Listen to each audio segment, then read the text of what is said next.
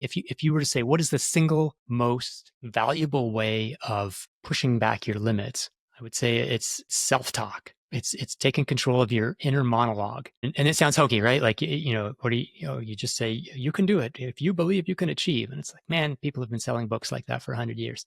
But the way I think about it is your subjective sense of effort is the master switch, right? What determines whether you can keep going, whether you can speed up, or whether you have to slow down is how hard your effort feels. If it's too hard, you slow down. If it's not too hard, you keep going or you speed up. Also, the sense of effort is controlled in the brain. So it's also being affected by your evaluation of how hard something is affected by how you think of the task. Whether you're thinking, I knew I was going to get smoked and now it's happening, so I might as well just give up. Or, yeah, it's hard, but this is exactly what I expected. This is what I trained for. I know I can do this. Welcome to The Golf Parent, where you get access to the best minds in junior golf. Alex, thank you so much for joining me today. Thanks, Ryan. It's great to be here. So off air, I was kind of telling you about how I got introduced to your book, Endure. And I was saying that, so I've got a 2-year-old son. And when my wife was first pregnant, the doctor asked her, she was about maybe 4 or 5 months pregnant. And her doctor asked, she's like, okay, so what kind of husband do you have? And she's like, well, what do you mean by that? She's like, well, most husbands with their first child kind of fall within 3 different categories.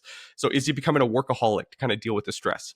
She's like, nope, that's really not him. Okay, is he doing some sort of project around the house, like landscaping, renovating the basement, some sort of like handyman type thing? It's like, nope, not doing that. Is he doing something crazy physical? And she's like, well, he did get convinced to do a half Ironman. And that's actually how I got introduced to you in your book. Was I'd never run a 5K before, didn't know how to swim, and a buddy of mine kind of convinced me. He's like, Ryan, how cool is it going to be that when your son is born that his dad's a freaking Ironman? And I'm like, ugh. So I started running. I started training a little bit, and I realized that I knew nothing. And I got your audiobook, and you were in my ears. And I realized in that moment that I need to be training my mind, because my mind is what's training my body, and that my mind is actually in control of the limits of my body. That my body, when it wants to quit, it's actually not at all close to when it needs to quit. It's my mind that is actually in control. So I like to maybe start there. How elastic are our limits? Like when we feel like we need to quit, is that mental? Is it physical? Let's talk a little bit about, I guess, the plasticity of limits. Well, they have to be plastic, right? Because you made it to the finish line of the Ironman. Right? Yeah. No, if I had a simple answer to that question, I wouldn't have written a book, right? I would have written a cocktail napkin. It's complicated, and it depends on the task. Like the answer, how much is mental, how much is physical. It's different for the 100-meter dash and for the Ironman and for, hitting a golf club. They're all, they require different mixes of things. I think that what we can say in broad terms is that at any point when you say, I've had enough, I can't do anymore, that is almost never a matter of your body failing. One of the examples, one of the scientists I spoke to, the example he liked to give in talks is he would show a picture of just after the finish of the Olympic marathon with the gold and silver medalists jogging around with their flags, and point out, it's like, look at the guy in second. He just lost the Olympics by 3 seconds after a 2-hour race. You notice he's not dead. Like, he didn't run until his muscles can't go anymore. He's jogging. He ran as hard as he could and as hard as he was willing to go that day. And so even in the context of an Olympic marathon, there was a little more headroom there. Not a lot, but a little bit. And so I can't put a number on, like, there's David Goggins, I think, famously claims that, when you're going all out, you're really just going 40%. I think that's maybe underselling it a bit, but yeah, and I think that number is basically just a fiction. You, in a specific context, you can do things like you have people lift the heaviest weight they can, and you check their muscle activation, and you find that they're recruiting about 93, 94% of the muscle fibers available. So there's a little bit of headroom, but not a ton more if you're trying to like lift a car off your kid or whatever, the classic cases of maximum lifting. But the common theme is that there's always a little more. Doesn't mean it's easy to access it or that you can do whatever you want, but it's really the nature of limits. I think the current scientific understanding would be that it's when your brain decides that you should probably stop, not when your body literally can't do anymore. Now, is it that our brains get tired, or are our brains trying to protect us from injury, or from, always making sure that we have a little bit in the gas tank to run away from that saber-toothed tiger if we need to? I think, well, this is a controversial question. There's people who would argue it both ways, and I'm a I don't know if I'm a people pleaser or whatever. I'm a moderate, middle of the road guy. I think there's probably a little bit of both. Um, there's definitely like an evolutionary argument that um, it does not make sense that it makes a lot of sense to have a mechanism that prevents you from fully emptying the tank. And if you are, chasing an antelope across the savannah a million years ago, and you're the type of guy who keeps chasing it and really wants to get that antelope and is willing to just keep chasing until they keel over, then they're not going to make it back to the camp that night. And, down the road, they're not going to pass on their genes to another generation. That understanding that there's a time to say, understanding not necessarily on a conscious level, but being wired in a way that means that it gets extremely hard to empty the tank completely, makes a lot of sense from an evolutionary standpoint. Now, one of the debates was that, like, do we have what's called a central governor in our brains that, like, it senses we're getting close to our limits, and so it just shuts down our ability to use ourselves? Or is there something similar? And this is where I would lean, is that we all have a very simple dial in our heads, which is our sense of our sense of effort. How hard are we working? And we're wired in such a way that the closer we get to empty, the harder things feel. Not just because our muscles are tired, but because our brain is also putting a finger on the scale and saying, this is really, really hard. You should really, really stop. You should really not want to keep going. And we're probably wired that way because it helped us survive and not leave ourselves vulnerable in the context of hunting or foraging or battle or whatever the case may be, to never leave yourself at that zero. And so I think, we still experience that today, and it's a valuable signal to not have ourselves, when you go run an Ironman, to not be able to be like, well, I'm really motivated, so I'm going to run till I die. That's not that wouldn't be cool. And most of us, and it almost never happens because we have such an effective safety system, but it's a conservative safety system. So there are times when it's useful to be able to kind of push into that reserve. Now, spoiler alert for the book, but there's a way that we can kind of override that central governor that may be trying to hold us back when there is actually more in there. Maybe how do we do that? Like what's the mechanisms? What are some ways that athletes can, when they feel like there's not, either mentally they're fatigued, or they want to stop, or they can't keep going? How do we override that? Right. So there's a few different ways that people try, and let me start with the bad ways, because Okay. these are always the tempting ways. And I spent a lot of time looking into some techniques like electric brain stimulation, which is like, it's a way of basically altering the way your neurons communicate with each other, and so you can downregulate the areas involved in effort.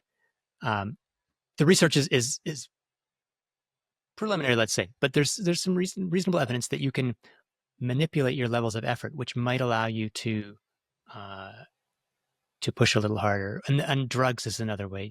Things like, let's say, stimulants. Maybe that's going to, in the moment, allow you to push a little harder. These are shortcuts that I don't think are very useful for most people in most contexts, in terms of whether they work reliably, whether they leave you better off or worse off than you were before. So I would say that the answer isn't to look for a pill or a device that's going to allow you to push harder.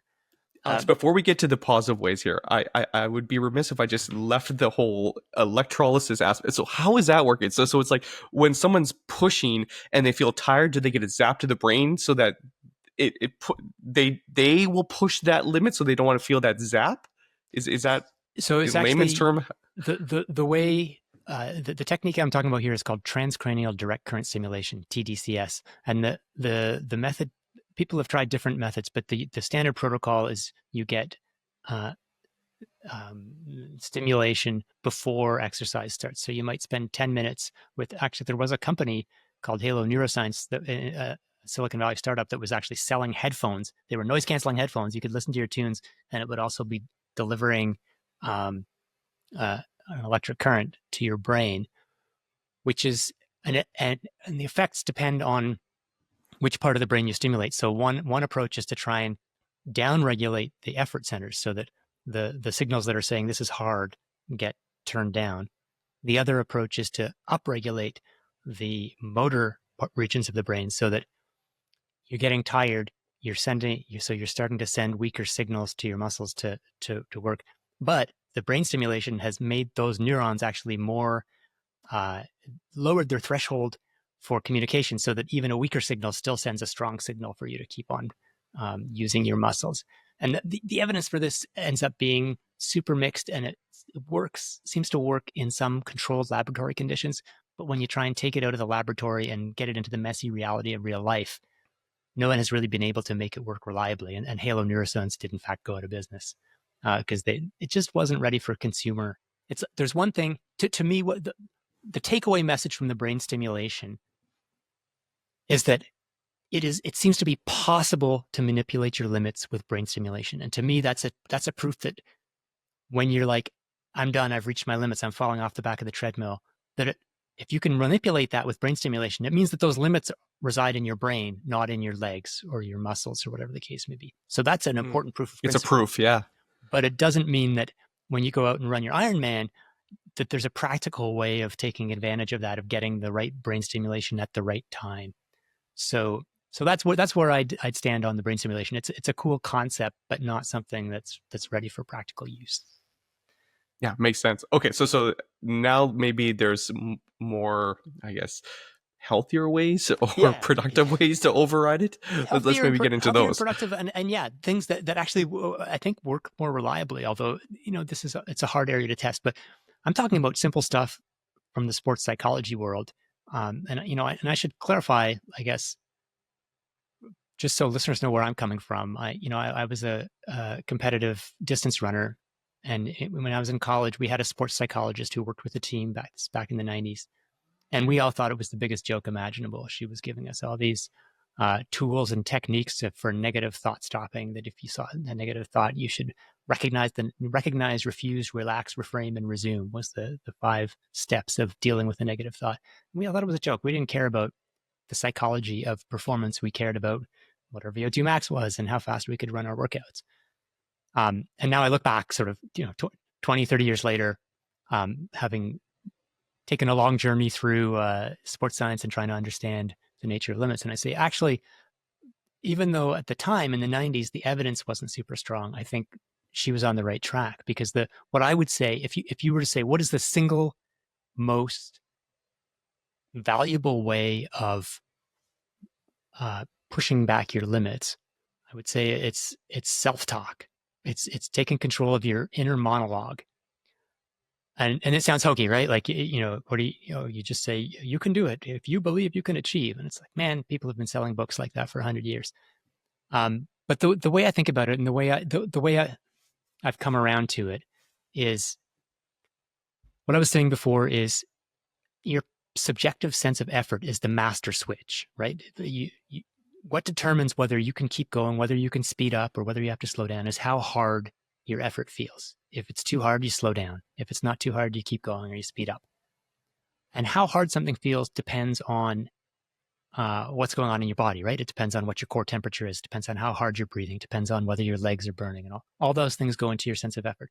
But it's also, the sense of effort is controlled in the brain. So it's also being affected by your evaluation of how hard something is affected by how you think of the task. Whether you're thinking, I knew I was going to get smoked and now it's happening, so I might as well just give up. Or this is, yeah, it's hard, but this is exactly what I expected. This is what I trained for. I know I can do this. So you're a given level of input from the body, you might interpret it as that 8 out of 10 effort because you knew it was going to be hard, or you might interpret it as 7 out of 10, or you might interpret it 8 out of 10 because you're expecting it to be too hard and that you're going to give up. Or you might say, no, this is just a 7 out of 10. It's really hard, but this is what I've been training for. I'm ready to, I can sustain this.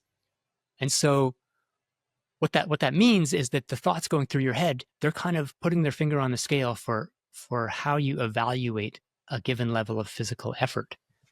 And I mean, the the thing, or the sort of eye-opening thing, is when you look at studies where they try and get people to externalize their internal monologue, to say, that you give them a little microphone and let's hear what are you thinking right now, partway through your half Ironman, or in the middle of the fifth set of the tennis match, or whatever the case may be.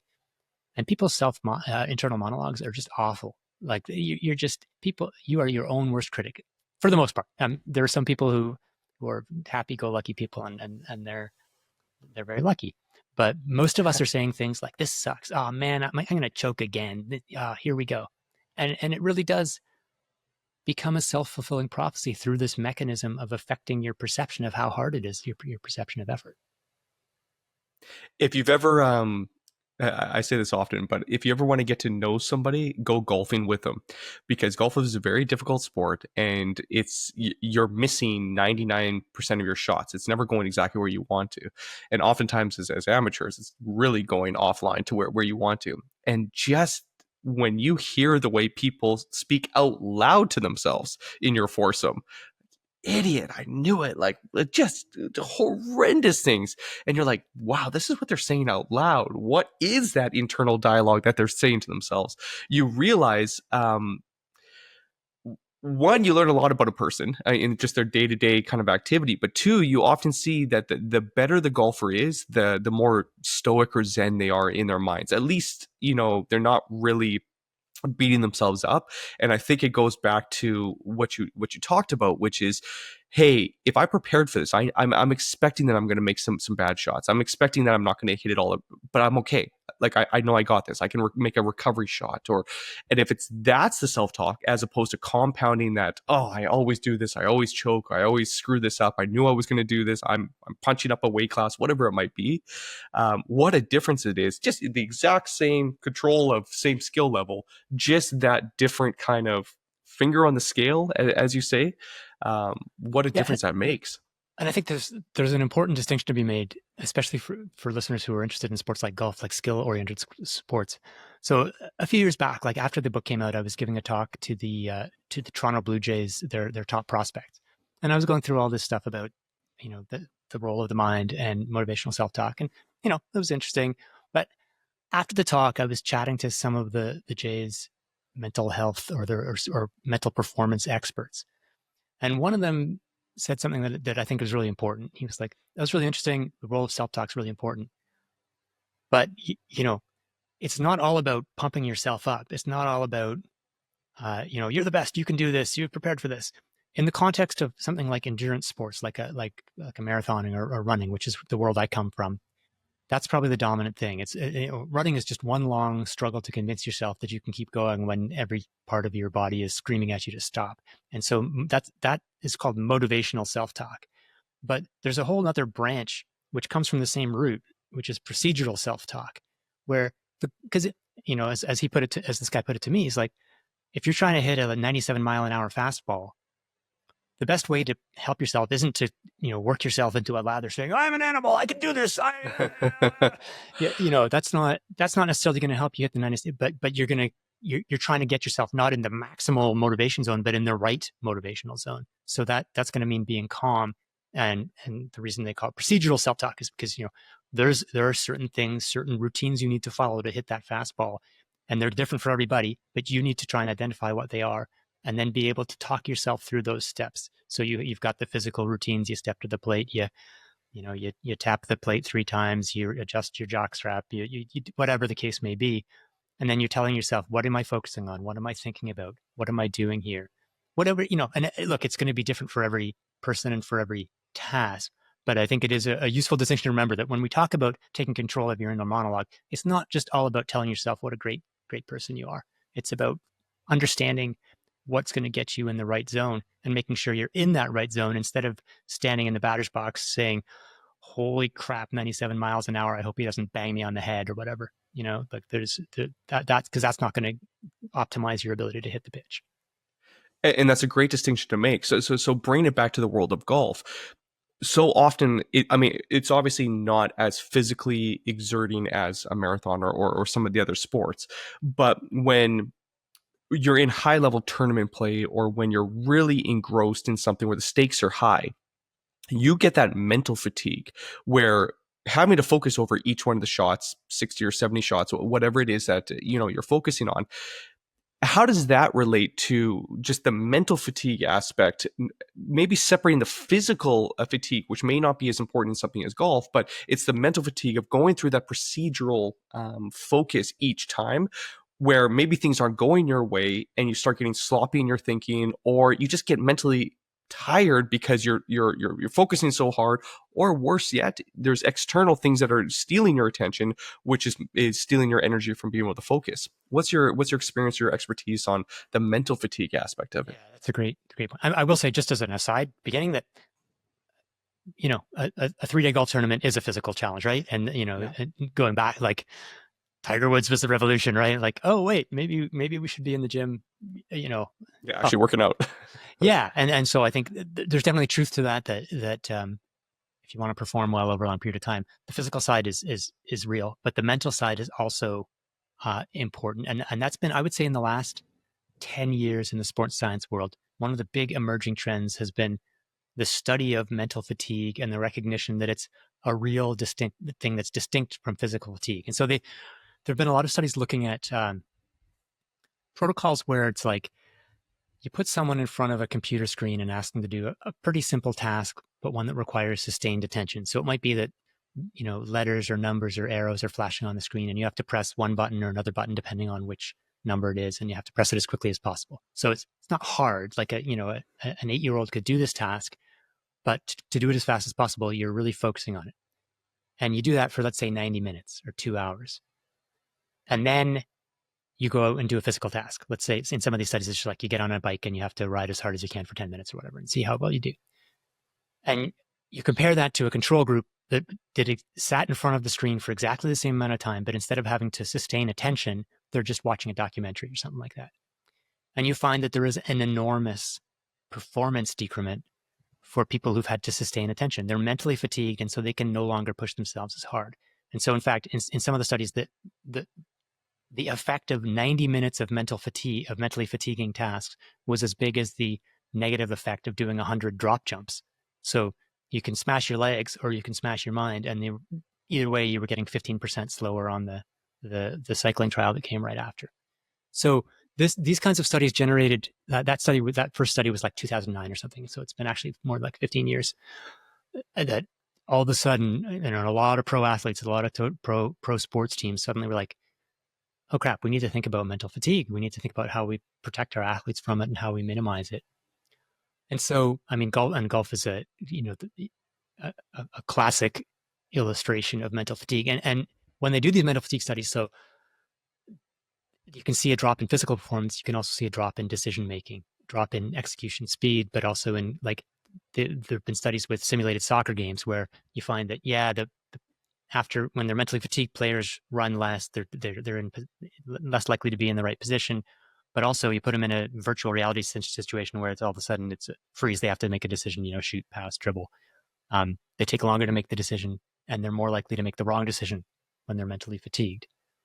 And so this on day 3 of a tournament, or on the 18th hole or whatever. This is exactly what you're fighting against, which is that your mind is tired, and it's starting to want to default to the simplest option, to just do what comes to mind first, not to think through the options, and you're feeling physically tired. So there's a couple of things to think about here. One is that you want to try and avoid mental fatigue when possible. So you want to think about eliminating, in the context of competition, you want to think about eliminating factors like you mentioned, external factors, things that may be pulling your mind away, things that may, I'm a journalist, so I hate saying this, but it's like maybe right before a match, you don't want to do a long interview with a journalist where you're concerned about how you're coming off. You're trying to present a good impression. You're using up your mental energy. You want to have a simple, familiar routine before a match. There are also ways of training mental fatigue. There are ways of explicitly training mental fatigue where you can just sit in front of a computer screen and do these mentally fatiguing tasks. I don't think that's a really a good use of time for most people. I think you get by doing physical training. You're also going back to what you said at the beginning about training for an Ironman. You're training your mind to train your body. That's true. And so as a result, when you're training your body, you are training your mind. And there's lots of research showing that trained athletes have better resistance to mental fatigue than the average person. And one thing that one there's one of the researchers who's in that area. I asked him, like, what's your actual advice to people? You do all these studies where people sit in front of computers. Is that what people should be doing? And he was like, I'm not sure. It's these are, again, proof of principle, but in the real world, one of the things he tells athletes is, like, there will be times when you're training and the situation is not optimal. You were up last night with a sick kid, or your flight was delayed, you're a little jet lagged for whatever reason. You're now here doing, and this training session that you wanted to do, that you really hoped was going to be good, now you're doing it in suboptimal conditions. Well, one way to think about that is to say, all right, that's okay. Maybe I'm not going to perform as well in this training session as I might have if I was fresh, but this is a good chance to practice when I'm mentally fatigued, to practice maintaining focus, sustaining attention, clearing my mind, pushing through fatigue, and still performing as best I can. Because realistically, in the competitive setting, you are going to face those situations. I love that so much. I think that's so wise. Where it's you're reframing what the actual goal of that workout session or that practice session actually is. You're not trying to do a personal best on the elliptical or whatever you're training for, but you realize that you're like, whoa, I'm actually now get a wonderful opportunity to train my mental focus, my ability, that grit, that you're putting yourself in a situation that it may be optimal if you're looking from a physical standpoint, but it's hyper optimal if you're looking on how to get stronger mentally. And it's just a simple reframing your mind that, like, okay, instead of blaming and becoming a victim that I didn't get enough sleep, I didn't, whatever it might be, you're actually awesome. I get to actually practice being mentally strong. Amazing. Yeah, I mean, I think we're all going to be in those situations, so reframing it makes it feel better, and also maybe motivates you to push through instead of just sort of giving up on the workout, and to get something out of it. Hmm. Okay, so in that study, I'm just kind of curious, the control group versus the group that was doing that simple task. The more that they did that task, did they find that it had less of an impact when they got back on the 10-minute exertion of energy? Like, did they find that was able to, they were able to get mentally stronger, if you will, the more that they did that task and the more they put themselves in that situation? Is that what's happening with the professional athlete? Basically, the more that they're in tournament play and in high pressure situations, the more comfortable they are in those situations? So certainly, so in the experimental context, what they can find is, yeah, you spend 8 weeks, 3, 4, or 5 times a week sitting in front of the computer doing the task. Um, then you do an actual test where it's like mental fatigue followed by physical challenge or followed by some kind of performance test. They're better at maintaining their performance despite mental fatigue. So you can train this. Um, and the way some athletes have uh, operationalized this is to say, look, I don't have time to spend 90 minutes a day sitting in front of a computer playing, like that's something that's even more boring than tic-tac-toe, but maybe we can incorporate it into a workout. So there was a guy working with the Danish Olympic Committee who had a few of their teams doing things like they'd be doing gym workouts, and on the rest between sets, instead of just going sitting around, they would do a set of exercise. Then they'd go over to an iPad and do a set of during the rest. They'd be doing mentally fatiguing these sort of mentally fatiguing computer games. So there's ways of integrating it into the training in a way that's more time efficient and kind of less onerous. I would argue that I wouldn't give a blanket recommendation that everyone should be doing mental fatigue training, but rather they should be aware of this as a skill that they want to cultivate. Because if you are training, if let's say you're playing 72 holes of golf every day, or like, I don't know how golfers train, but or hitting however many buckets of balls at the range, that requires focus, right? Like, and so And so actually there is a study that speaks to this. There's one that just looked at, in Australia, they took a bunch of pro cyclists and they took a bunch of pretty good recreational cyclists, but not pros. And they compared their performance, their mental fatigue resistance, their ability to do some mental fatigue and then still perform well.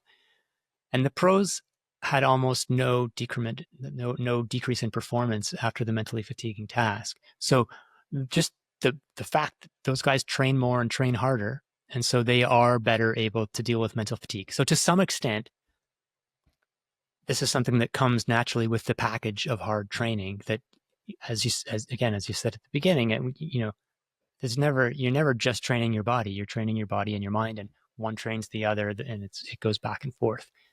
Now,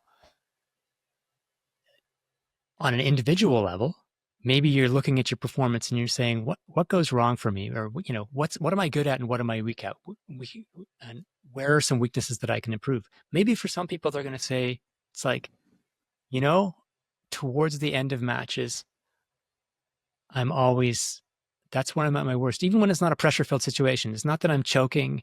It's just that I seem to not be able to sustain. Maybe it's each day, maybe within each round, I tail off at the end of round. Like, there's lots of potential reasons for that, but you may end up concluding that I seem to not be able to maintain my focus for long enough, or to, over the course of competitive play. And then maybe that's something you decide to explicitly target, to add some mentally fatiguing tasks. Maybe it's just, doing Duolingo, between holes, or I'm being a little bit facetious. Maybe you can be a little more sophisticated than that, but yeah. So it's maybe not something that everyone needs to turn into their top priority, but it's something to be aware of and maybe work on if it seems to be a weakness.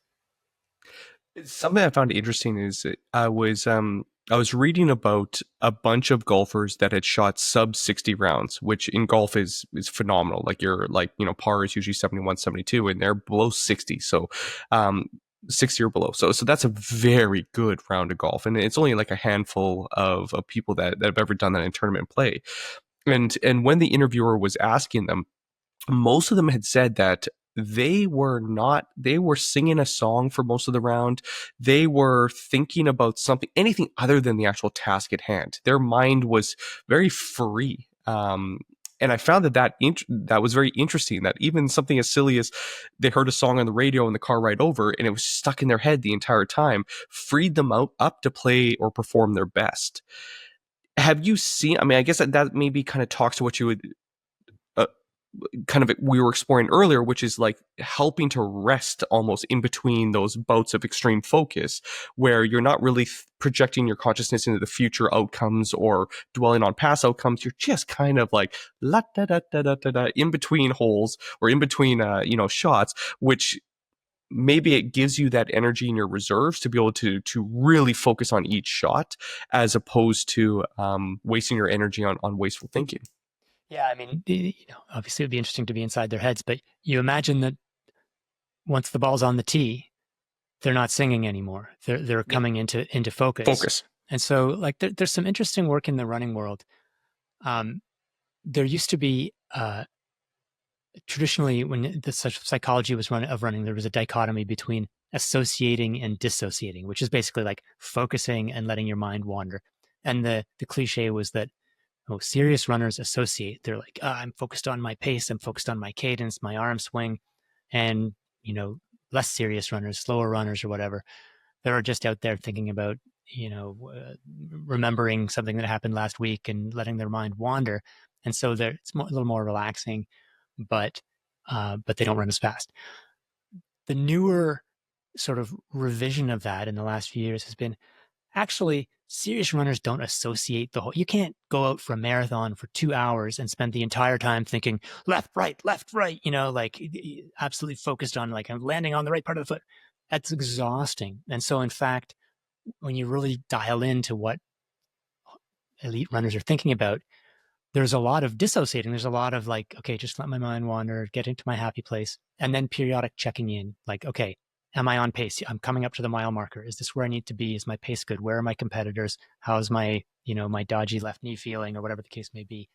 So they're focusing when they need to, but they're not focusing all the time, and they're able to get out of their own heads, um, even within the heat of competition.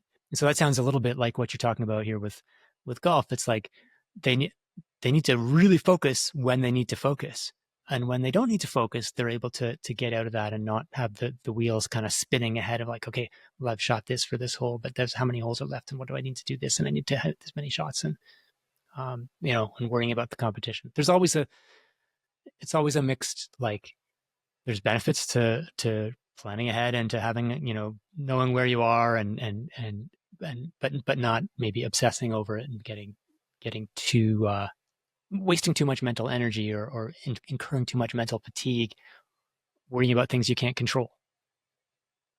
Any athlete or anybody that's doing something physical has experienced what it feels like to be in, I guess, what you would coin the zone, or where there's just in a flow state. In running, I know, as I was, doing some training, you realize that all of a sudden you push yourself past the threshold, and before you know it, it just starts, even though it just a few minutes before was laborious and intense, and all you wanted to do was quit because of all this evidence to show you why you should quit. And then you push past that, and all of a sudden you're just almost, I don't want to say floating, because I'm still a bigger guy, and, and I'm 220 pounds, like more like a warthog, trying to get through it. But all of a sudden there's this nice flow where you're like, wait, this is feeling very effortless. And you're like, but it was just a few seconds ago that it was so much harder. And in golf or in any sport, playing a musical instrument, something where all of a sudden it just feels easy. In your research, in writing the book and in neuroscience, what's the latest science saying about the flow state, about what that is, where your mind just decides to kind of get into this groove where it feels effortless and the results kind of are there, Yeah, this is kind of the holy grail, right? Like everyone's trying to figure out how to turn that on, because if you could right? turn that on, just imagine, at will. There's kind of two different approaches to that. There's the psychological approach and the neuroscientific approach.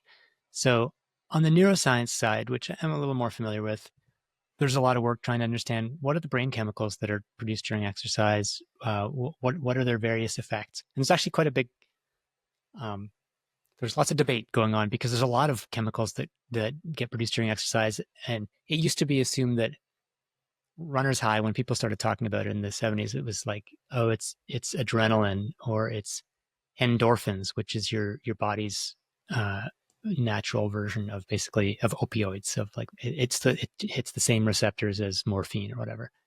But then there's also endocannabinoids, which hit the same receptors as your body's inside your body as cannabis does. We produce all these chemicals, and we produce them preferentially when we exercise. Um, and so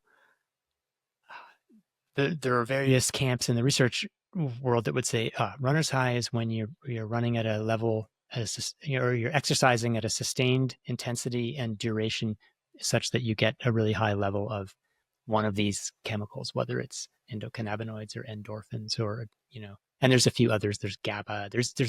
There's a whole cocktail of chemicals. So I think everyone's subjective experience of a good run is slightly different, because everyone produces a different mix of chemicals. Now, when you go from the psychology side and think about things, there's a big literature on the concept of flow, right? Getting into the flow state. And there's more to it than just chemicals, right? Because it's not just a question of put you on a treadmill, dial it up to a certain intensity, and you're going to be in flow state. Um, Flow, there's a lot of different criteria that people talk about for what it takes to get in flow state. But one of the key things seems to be that the difficulty is a good match for your abilities. So it's not easy. Like you have to, it's not something you can do without thinking about it, but it's not so hard that you're going to get discouraged. That there's this sort of perfect match, and you're able to, and then sort of your concept of time disappears. And so it's this idea of getting engaged in a task. So I think the neurochemistry is real and relevant, but I think there's also something about getting on the psychological side that's more than just neurochemistry. It's this that gets into having a goal and feeling that it's attainable but not easy, so it's going to be satisfying, and the complexity is just enough that it keeps you engaged without getting you too intimidated or whatever. And so I think people who've had a good workout, or whether in whatever domain that is, um, I think a lot of those boxes get checked. That it's something that's hard but not too hard, where you're really bringing to bear all of your skill and your experience, and you feel like you're achieving mastery. And yeah, it's pretty. I think it's one of the reasons people end up coming back and becoming lifelong athletes. That feeling is hard to beat. Yeah, it certainly feels good, and it's we're always chasing it, especially once you've got a little taste. Chasing the dragon. You That's want to right. get back there and be It's like, a better dragon to chase than some. exactly, There are than worse heroin addictions. or whatever. I've got one last question here. When I was running or doing something, and you see this even at the driving range when people are warming up, it's like, what's your personal and professional kind of opinion or take when it comes to using something in your ears? So like, I sometimes will run because I want to be efficient. I want to listen to an audiobook. That's how I got introduced to you. Or I'm like, this is a great good use of my time if I'm running for 2-3 hours or whatever it might be, that I can really feel like I'm being productive. But then there's another part of me that's like, well, you know what? I also really like to run with absolutely nothing, just silence, because then I can really hear myself, and you almost kind of get into that meditative, hearing just the crunch of your feet, and whatever it might be. And you see this at the driving range as well on the professional tours, where the guys, will have headphones on, some won't. Some are trying to tune out all the distractions. Some are trying to almost practice allowing them in and performing anyway. What's your take on the benefits of when you are training and you're trying to get better at everything you're doing, is using something in your ears or not? I think it can cut both ways, and I think so. In the running world, there used to be a real dichotomy between the grizzled hardcore veterans who said that listening to music while you run is just you're soft or whatever. That's not real. Runners don't listen to music. And then the joggers out there who had their Discman or whatever and were listening to tunes. I So remember those there's days, the Discman. Nice. yeah, we're, it's we're dating ourselves here, but yeah, that was great. having the music skipping.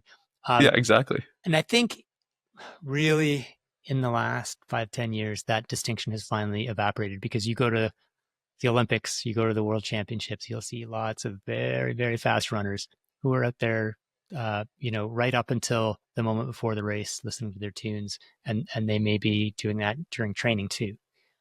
Now, from a sort of performance or science perspective, what I would say is, okay, first of all, there's not a ton of research on this, but from the conclusion that I sort of take from the little research there is that going back to this concept we talked about at the beginning, this idea there's a central kind of master dial of effort that determines how you're doing.